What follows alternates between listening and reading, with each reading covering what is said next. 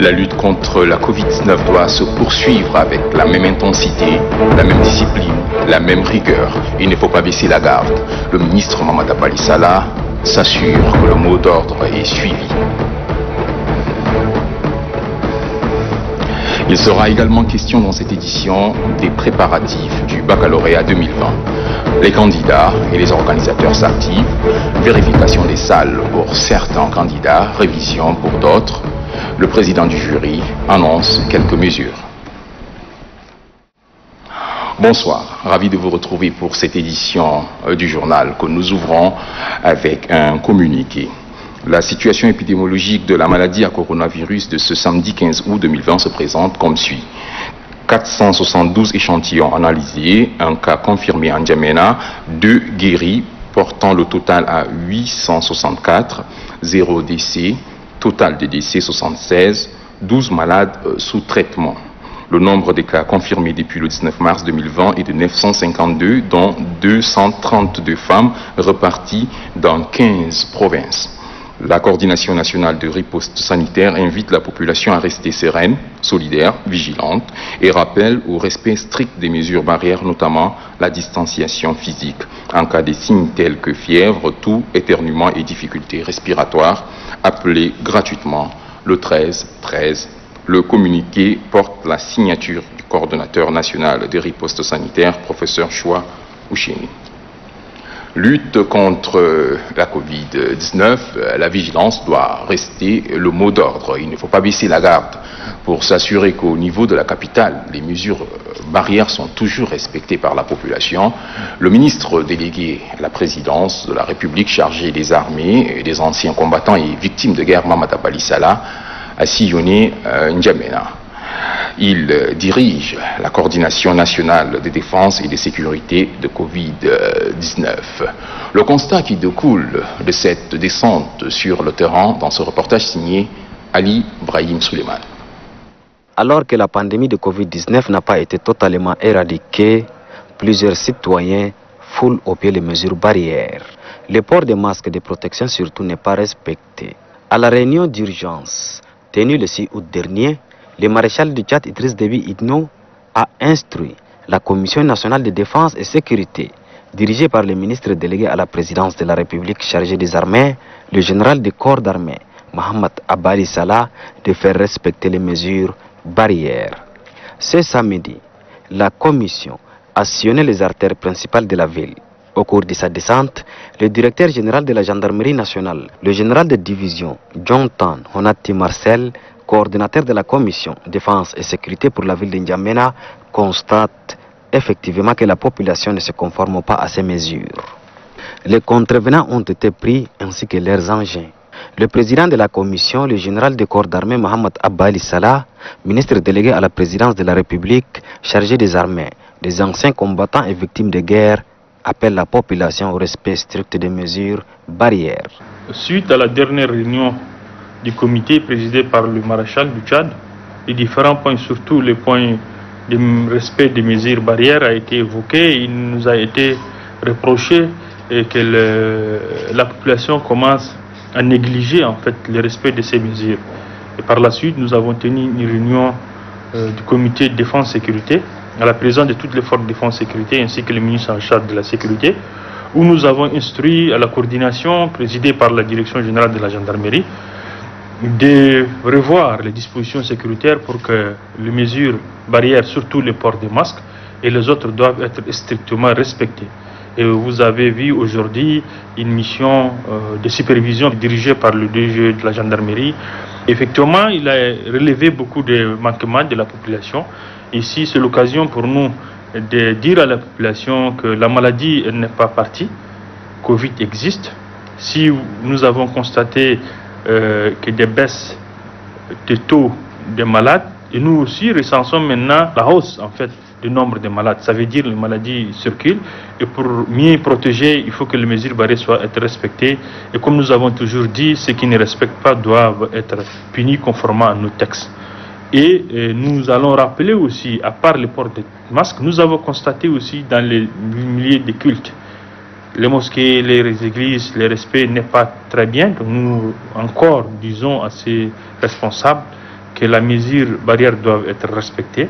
Les places mortières, c'est la même chose. C'est vrai, à un moment, nous avons les ports des turbans, les ports des pagnes n'étaient tolérés. Mais aujourd'hui, à partir de lundi, toute une personne doit porter les masques. Les turbans ou les pagnes ne sont pas autorisés parce que nous constatons qu'ils les mettent seulement quand ils voient les éléments de force de défense et sécurité. Il est important pour la population de respecter les mesures barrières pour se protéger contre la maladie à coronavirus et protéger les autres. Des tentes abris, voici des dispositifs qui vont permettre de mieux circonscrire la pandémie à coronavirus. Une dizaine de ces tentes ont été réceptionnées par le directeur général adjoint du ministère de la Santé publique, un don de Bolloré dans le cadre de la lutte contre la Covid-19. Dame Kelitne Joël.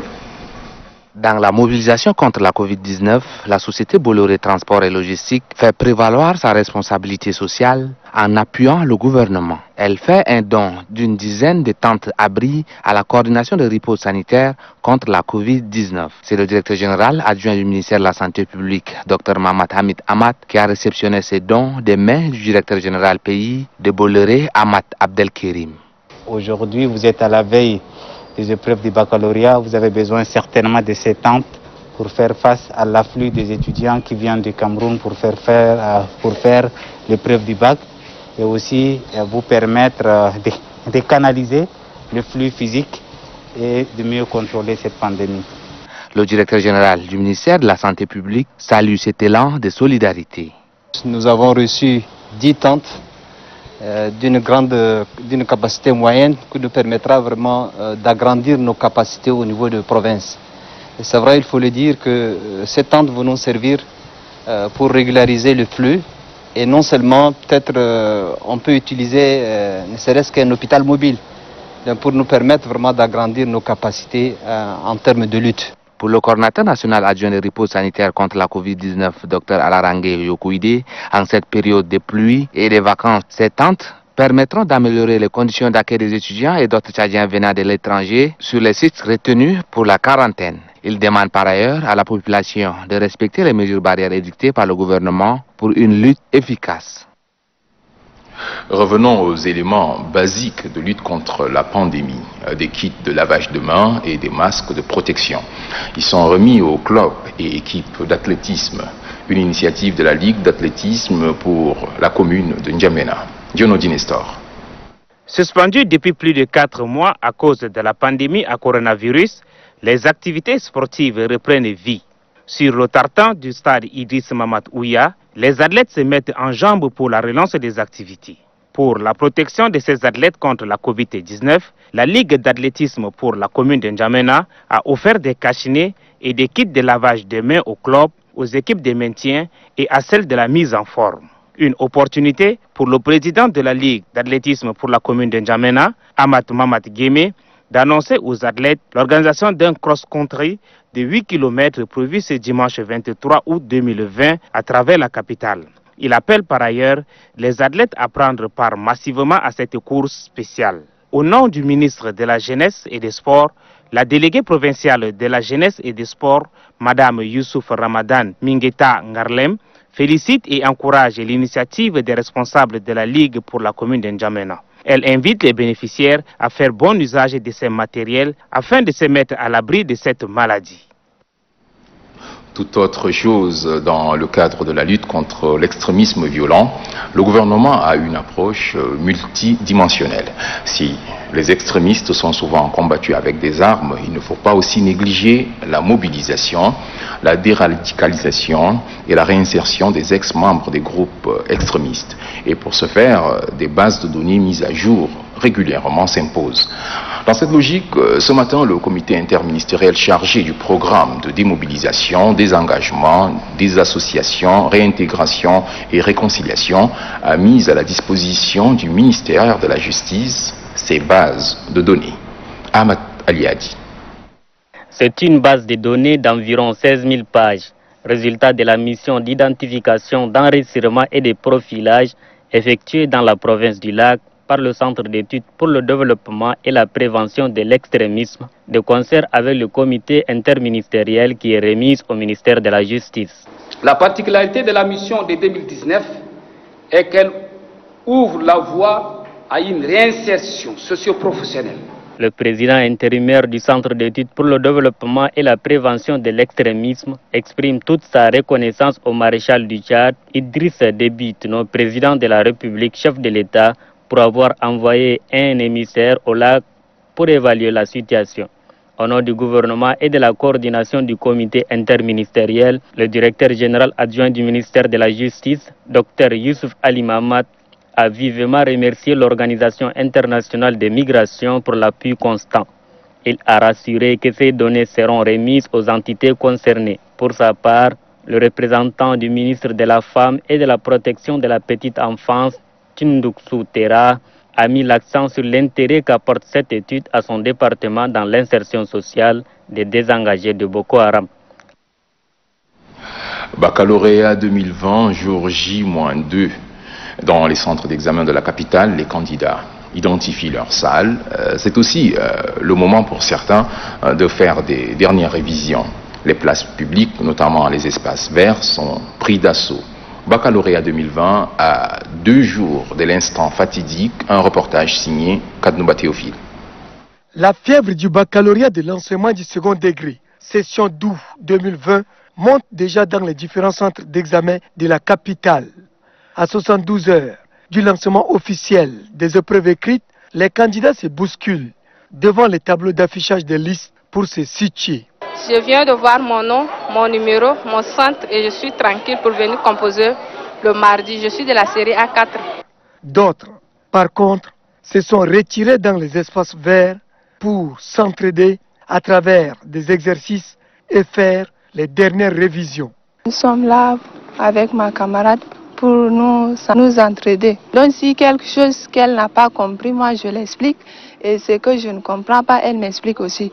C'est juste pour nous expliquer les cours qu'on n'a pas bien maîtrisés. Nous sommes venus jeter les derniers coups d'œil sur nos cahiers pour prendre des renseignements de tout ce qu'on avait vu dans le passé.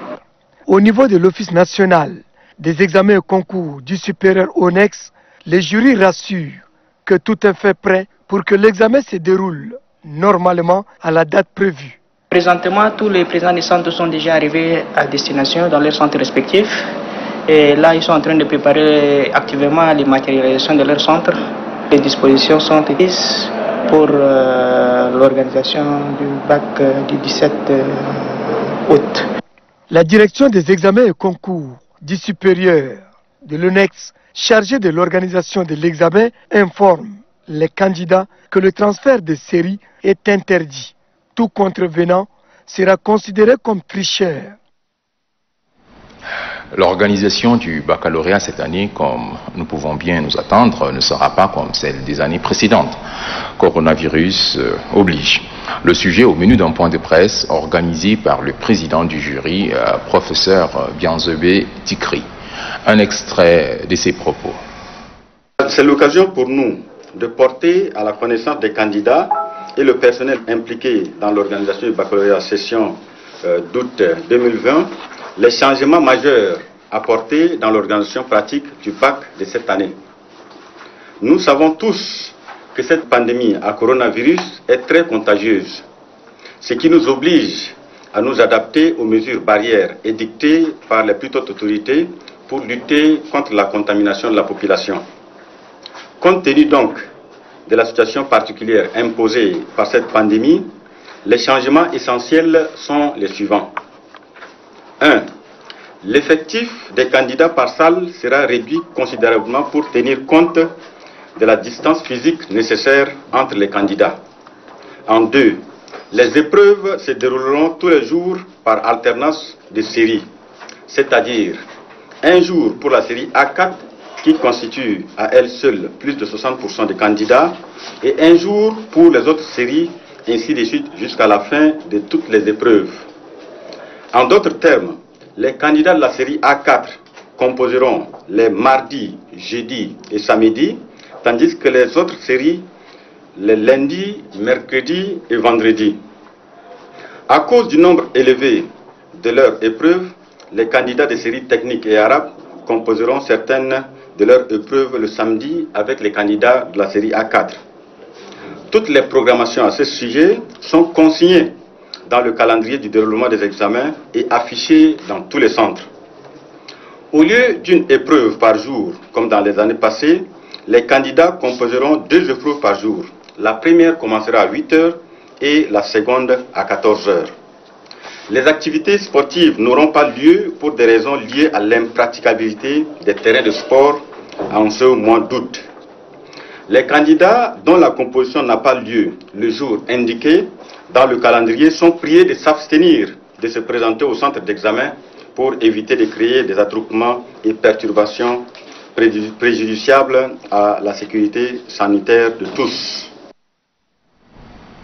La journée mondiale de la jeunesse célébrée en différé cette année au Tchad.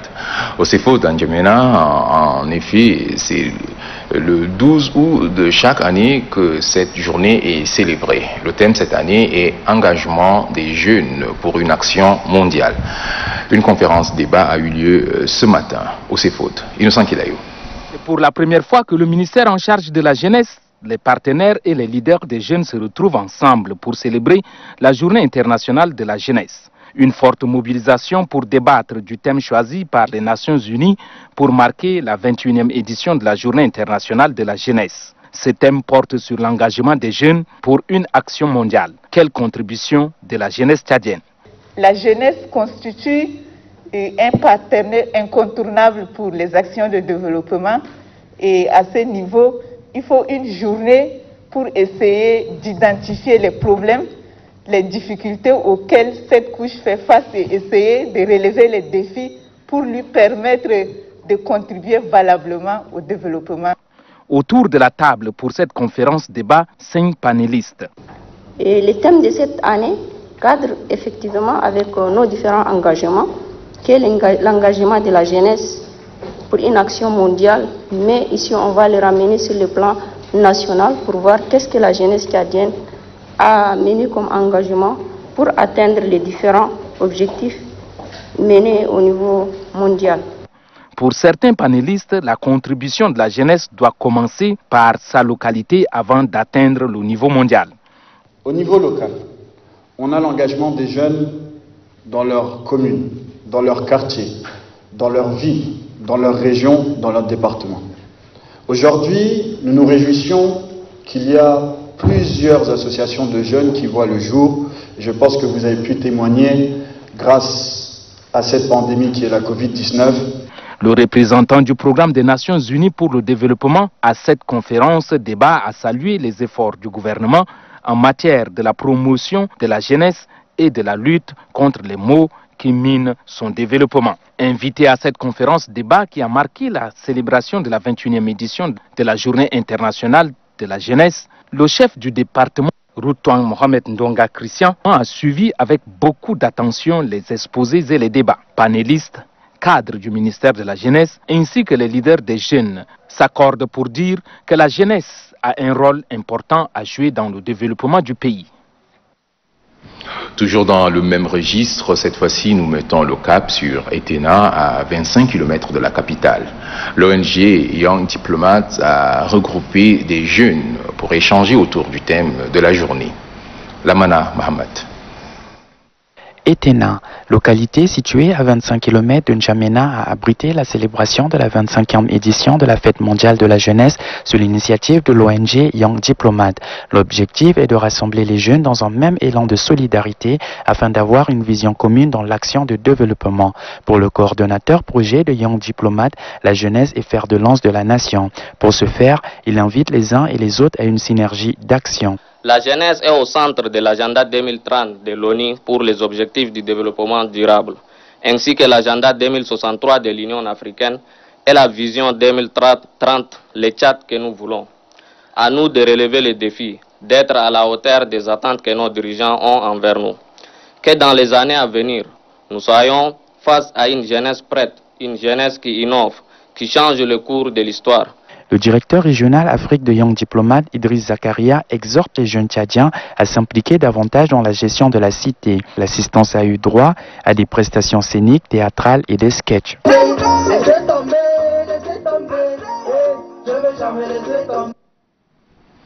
Une opération pilote de recensement électoral est lancée le 9 août dernier dans le département de Kuba-Olanga dans la province du Borko. Des actions à inscrire dans le cadre des dispositions à prendre pour l'organisation des prochaines échéances électorales. Youssouf Abderrahman, Aligat. Le département de Kuba-Olanga est l'un des 4 départements du pays retenus par la CENI, la Commission électorale nationale indépendante, pour lancer la phase pilote de l'opération de révision du fichier électoral biométrique de 2015 en vue d'organiser des élections présidentielles, législatives et locales. Le préfet du département de Kuba-Olanga, Isaka Suni Sugodemi, a exprimé sa gratitude pour le choix porté sur son département pour la phase pilote du recensement électoral. Ce recensement permettra aux citoyens d'assurer son devoir civique au moment venu. Le chef de mission de la Commission électorale nationale indépendante, Youssouf Abassala, appelle la population à venir s'enrôler massivement auprès des agents recenseurs. Notre message consiste à faire une opération de recensement pilote.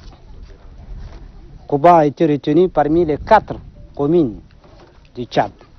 Nous vous demandons de sensibiliser la population pour que ces recensements puissent être effectifs dans vos différentes communes ici. Le résultat de cette opération du recensement pilote des 5 communes dont compte le département de Kuba-Olanga permet de mieux cerner les contours de la problématique liée au fichier biométrique électoral. Les agents recenseurs dotés des kits de recensement auront 5 jours pour recenser les personnes qui ont changé leur lieu de résidence ou ceux qui n'ont pas leur nom sur le fichier biométrique de 2015. Au cours de cette opération, la CENI a formé quelques agents recenseurs locaux pour prendre le relais à la phase générale de la révision de la liste électorale prévue le 1er octobre prochain. Inauguration ce matin en N'Djamena du siège du secrétariat national chargé des bureaux de soutien au MPS. Cérémonie présidée par le secrétaire général du parti, Mohamed Zenbada. Les temps forts en son et en image avec Adef Ahmad Benrama. Organe des masses et poumons du parti, le secrétariat national chargé des bureaux de soutien du MPS, dirigé par Mohamed Abali Salah, s'est doté de son propre siège, situé au quartier Béguinage. La cérémonie inaugurale est rehaussée par la présence du secrétaire général du mouvement patriotique du salut, Mohamed Zenbada, et d'autres éminentes personnalités de la dite formation politique. Ces joyaux est l'œuvre d'un militant engagé du parti en la personne de Omar Cordier. Le siège est équipé par le secrétaire national chargé des bureaux de soutien du MPS, Mohamed Abali Salah. Bien d'autres militants ont aussi apporté leur contribution. Cette bâtisse à la réflexion de laquelle nous avions contribué n'aura de sens et de sens que par la qualité de travail que nous aurions appelé à abattre selon les directives, orientation et enseignement du maréchal du Tchad, Idriss Déby Itno, président de la République, président fondateur du mouvement patriotique du salut, MPS. Ravi d'avoir tenu ces paris, le secrétaire national chargé des bureaux de soutien du MPS réaffirme la détermination de son organe des masses. Le bureau de soutien constitue aujourd'hui un organe spécial. Les maillons du parti, et de par leur mobilisation, leur visibilité, leur détermination et leur efficacité observées dans les différents échanges électoraux passés, soyons-en une fois de plus, camarades SG, pour que nous allons faire la même chose, si ce n'est pas plus. L'effort du secrétariat national chargé des bureaux de soutien du MPS est salué par le secrétaire général adjoint chargé des organes des masses. Je suis convaincu que dans cet endroit, les propositions, les doléances et les orientations, bref, tous les projets et stratégies politiques venant de nos amis, le bureau de soutien au MPS, ou venant de notre parti, le MPS, seront bien gérés et décortiqués. L'édification de ces sièges réconforte le secrétaire général du MPS qui a donné quelques orientations. Face aux défis électoraux, Mohamed Zenbada invite ses camarades du secrétariat national chargés des bureaux de soutien du MPS à se mettre d'ores et déjà en ordre de bataille. Comme aux élections passées, le secrétaire général du MPS demeure rassuré et convaincu de la capacité du parti et de ses militants à ratisser large et porter ainsi toujours haut le flambeau du mouvement patriotique du salut. Je vous invite à suivre à présent un extrait du discours prononcé par le secrétaire général du mouvement patriotique du salut, Mamadzen Bada. Cet endroit sur lequel vous êtes assis là, c'est le fondement de Fort-Lamy. C'est ici que Fort-Lamy a commencé. Et aujourd'hui, c'est un organe du parti qui l'occupe. Donc, ça veut dire que ce bâtiment est beau et l'OBS est belle. Donc, entre deux beautés, ce qu'il faudrait faire ressortir, c'est le travail qui va en découler. Un bureau de soutien est créé spontanément par un sympathisant et surtout dans le cadre du MPS, par rapport aux idéaux et aux programmes politiques du MPS, mais surtout pour l'amour que ces militants portent pour leur chef, pour celui qui a fondé le MPS, c'est-à-dire le maréchal Déby. C'est comme ça que les bureaux de soutien sont nés. Un bureau de soutien, comme son nom l'indique, vient soutenir une action d'un homme ou d'une femme pour pouvoir le propulser. En période morte comme ça, l'OBS n'apparaît pas beaucoup. Mais bientôt, mais très bientôt, puisque la première opération électorale s'annonce en octobre, c'est-à-dire la révision de la liste électorale. Et nous sommes en août. Nous avons entamé la moitié du mois d'août. Il nous reste tout au plus 45 jours, c'est-à-dire tout le mois de septembre et les 15 jours du mois d'août, pour entamer notre première opération qui est la révision de la liste électorale. Ça veut dire quoi?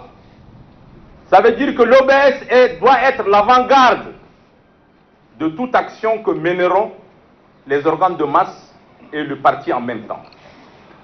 Ça veut dire que l'OBS doit commencer par se préparer à mobiliser ses ressources pour pouvoir recenser le maximum de jeunes, filles et garçons qui auront atteint l'âge de 18 ans depuis 2015. En cette saison de pluie, dans certains quartiers de la capitale, par endroits, les routes sont impraticables. Un pont de franchissement est construit par un militant du MPS dans le 9e arrondissement. Une pierre donc est posée à l'édifice pour lutter contre les inondations. Le pont en question est inauguré aujourd'hui. Idriss Oumar Idriss. La population du quartier de Gangali, dans la commune du 9e arrondissement, est dans l'allégresse. Elle a bénéficié d'un pont de franchissement construit sur les digues permettant de désenclaver les deux quartiers en saison pluvieuse. C'est l'œuvre d'un membre du bureau blanc, Abdelkarim Dibrin, habitant du quartier de Gangali, qui, par ses gestes, soutient l'action du maréchal du Tchad, Idriss Déby Itno, en faveur de la population. Il promet de construire d'autres ponts de franchissement pour désenclaver les quartiers écarés. Ce geste de bienfaisance n'est pas le premier dans cet arrondissement à entendre les autorités mandatées pour écouter de vive voix les doléances de cette population. Il en était ainsi que la très respectable Hadja Fatima Diar, mère du maréchal du Tchad, Idriss Déby Itno, nous la remercions jamais assez pour avoir donné naissance, il y a 68 années, de cet illustre et digne fils qui préside depuis 30 années aux destinées de la République du Tchad. Cet ouvrage, réalisé à une bagatelle d'1 million, baptisé Hadja Fatima Diar, allège les peines de la population en cette saison de pluie. Je suis dans la joie. Avant, on n'arrive même pas à traverser. C'est grâce à lui, maintenant, on a trouvé la route. On marche comme on veut. Outre ces ponts de franchissement, Abdelkarim Dibrin a aménagé des routes pour faciliter la circulation à la population. Au cours d'un point de presse, hier, le président de l'Association de la jeunesse pour le développement socio-économique, Damir Yatakallam, félicite et soutient le chef de l'État, le maréchal Idriss Déby Itno, pour son élévation à la dignité de maréchal du Tchad. Suivez. باسم جمعية ضمير يتكلم Nous, membres de l'association d'Emir Yatakalam pour le développement socio-économique, exprimons notre gratitude et celle de toute la nation tchadienne au marshal du Tchad, Idriss Déby, nos présidents de la République, pour son élévation à cette dignité et sa consécration officielle le 11 août dernier, date de l'indépendance du Tchad. Nous tenons à lui réaffirmer notre indéfectible soutien dans son engagement et son leadership au niveau national et sous-régional. Notre président mérite bien cette élévation à la dignité de marshal car il est le bâtisseur de la paix. Au niveau de la sous-région, il s'est démarqué par son leadership pour ramener la paix et la sécurité en menant une lutte sans merci contre le terrorisme et l'insécurité transfrontalière. La dernière riposte héroïque est l'opération Colère de Boma qui a permis d'infliger une raclée exemplaire aux éléments de la secte nébuleuse Boko Haram. C'est pourquoi l'Assemblée nationale a exprimé toute la reconnaissance du peuple pour cette élévation. Dans un communiqué, Abdoulaye Abakar Mahamat, secrétaire général du MPS d'Égypte, et Abdourahmane Koulbou Adam, représentant du MPS du Haut-Ogooué au Gabon, félicitent le président de la République Idriss Déby Itno pour son élévation à la dignité de maréchal du Tchad par l'Assemblée nationale. Il déclare apporter au nom de tous les militants du MPS du Gabon et d'Égypte leur indéfectible soutien au maréchal du Tchad. Une mosquée pour les musulmans du quartier Hille-Houdjadj. C'est l'œuvre d'une fidèle musulmane, Mariam Hassan Idriss. La cérémonie est présidée par Cheikh Gouni Brahim Mohamed Abdoulaye. Il est le directeur chargé des mosquées auprès du Conseil supérieur des affaires islamiques. Falambi Soulgan. En prescription de la tradition du prophète Mohammed, celui qui construit une mosquée, Dieu lui préservera une place au paradis. Suivant cette révélation prophétique, Mariam Hassan Idriss offre une mosquée à la population du quartier Hille-Houdjadj. Ce lieu de culte permettra aux fidèles musulmans d'accomplir leurs devoirs religieux et de suivre l'enseignement coranique. La cérémonie d'inauguration de la dite mosquée a vu la présence des membres du Conseil supérieur des affaires islamiques et de nombreux musulmans. Au nom du Conseil supérieur des affaires islamiques, Cheikh Idriss Abakar appelle les fidèles musulmans à l'unité et à l'amour du prochain. Une prière a été dite pour que Dieu préserve le Tchad de la Covid-19. وسيق الذين اتقوا ربهم إلى الجنة زمرا حتى إذا جاءوها وفتحت أبوابها. Sur ce, nous bouclons cette édition tout en réitérant le message « Ne baissez pas la garde, respectez les mesures barrières ». Excellente suite de programme sur Télé Tchad.